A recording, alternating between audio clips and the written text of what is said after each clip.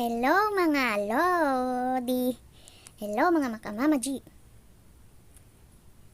Kain tayong mangga. Lumilipat kami kahapon ni Lola. Galing kami sa kabilang bahay. Yun lang. Pader lang ang pagitan. Pero magkaiba ang gate. So lumipat kami. Dito kami sa panganay na anak na lalaki.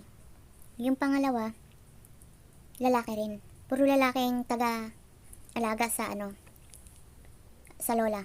Hindi na mag-alaga. Nag-aaruga. Kasi ako taga-alaga eh. So, mga 4 na buwan siguro kami dito. Hanggang Ramadan. Dito ang pagkain. Marami. Walang limit. Halos nasisira pa nga. Kasi naumay ka rin. Tamis. Sa kabila, medyo kuripot sa pagkain. Pero mabait naman. May bonus. At dito rin may bonus. Mas marami nga bonus dito eh.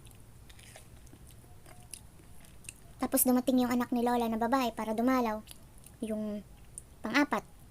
So, sure ball, may bonus. Lagi po ako may bonus. Totoo yan. Sa shampoo lang, mga toothpaste, mga gamit, toiletries, nakaipon na ako. Kasi hindi naman ako maaksayado sa mga shampoo. Yun nga lang. Kailangan ko bantayan si Lola 24 hours. Bihira lang ako matulog nakasama ang mga katulong. Bibihira lang. Kasi magkakasama kami sa kwarto ng mga anak na babae. 'Di ba? Ang babait. Sama ako sa kwarto. Kasi assistant nila ako. Pero pag 3 na sila o 2 na sila na anak na babae nasa loob ng kwarto, pinapayagan nila ako matulog sa kwarto ng katulong dito. Ito ang kwarto ng katulong. Kaya lang magulo. Kasi ibang lahi. Alam natin pag ibang lahi. Ako ang taga-ayos dito. Pero kada dumarating ako, magulo. Kahapon naglinis ako, dumating kami. Ini-enjoy ko lang yung mangga. Enjoy ko lang pagkain ng mangga. Habang tulog yung alaga ko.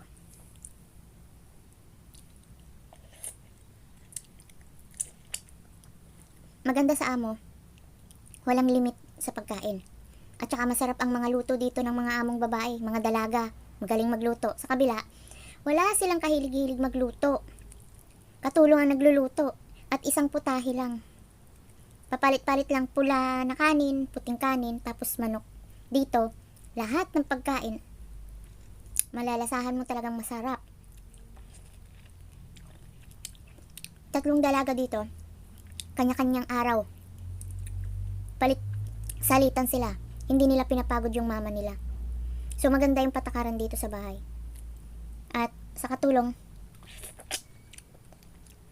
kung anong pagkain nila, umorder sila ng pagkain, kasama kami. Kahit di naman sa kabila, pero dito talagang bongga ang pagkain.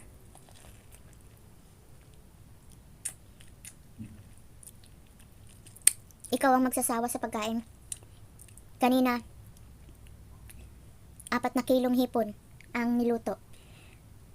Lumiit na. Pag ganito ang hipon, kalahati na lang. Pero, sagad-sagad ang hipon na binibigay sa amin. Hindi kami tinitipid. So, hanggang dito na lang mga loads. Kwento-kwento lang, di ba? Bye-bye sa ating lahat. Enjoy lang ang buhay mga katulong. Bye-bye.